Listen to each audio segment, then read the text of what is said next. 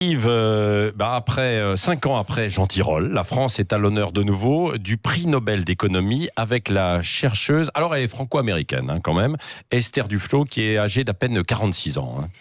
Oui, et c'est un grand honneur pour la France dont les économistes ont toujours beaucoup de mal à se faire reconnaître face aux Américains. Ouais. Alors ce prix Nobel qui n'en est pas un, vous savez, puisque il n'existe pas de prix Nobel d'économie, c'est un prix qui est décerné par la Banque de Suède, va à un trio d'économistes.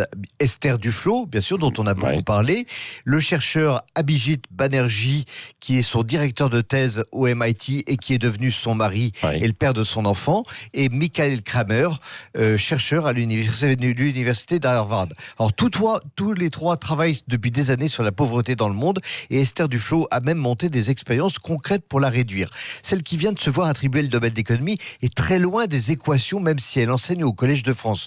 Pour elle, un économiste doit être plus proche d'un plombier que d'un physicien qui cherche à dégager les grandes lois du monde. C'est ce qui l'amène à comparer un économiste justement à un plombier. Sa théorie, c'est que si on demande au plombier de réparer une maison, on n'y arrivera pas. En revanche, s'il se contente de réparer les fuites et que le toit est bien fait, on peut parvenir à quelque chose. Bon, d'accord, ça j'ai compris, mais sur quoi ont porté quand même ces travaux concrètement, Yves? Eh bien, sur les moyens de réduire la pauvreté dans le monde. Et c'est un vaste sujet. Et sans avoir une approche idéologique qui passe automatiquement par l'impôt, comme c'est le cas avec Thomas Piketty, qui lui n'a jamais eu le prix Nobel. Elle a été recrutée au MIT, le Massachusetts Institute of Technology, en 2002, là où elle avait fait ses études, et sa première initiative a été de créer un laboratoire de recherche contre la pauvreté. Aujourd'hui, le Poverty Action Lab, qui reçoit de nombreuses dotations, travaille avec 171 chercheurs, ce qui lui permet de multiplier les expériences,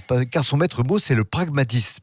Elle n'écrit pas de grands traités théoriques, ne fait pas de modèles mathématiques, elle monte des expériences avec des ONG pour évaluer quelles politiques sont efficaces pour réduire l'illettrisme ou bien inciter les mères de famille à faire vacciner leurs enfants. C'est très rare de voir le Nobel d'économie attribué à une personnalité de moins de 60 ans, mais les banquiers suédois ont voulu montrer qu'ils avaient un cœur et que tout ce qui permettait de réduire la pauvreté méritait d'être récompensé.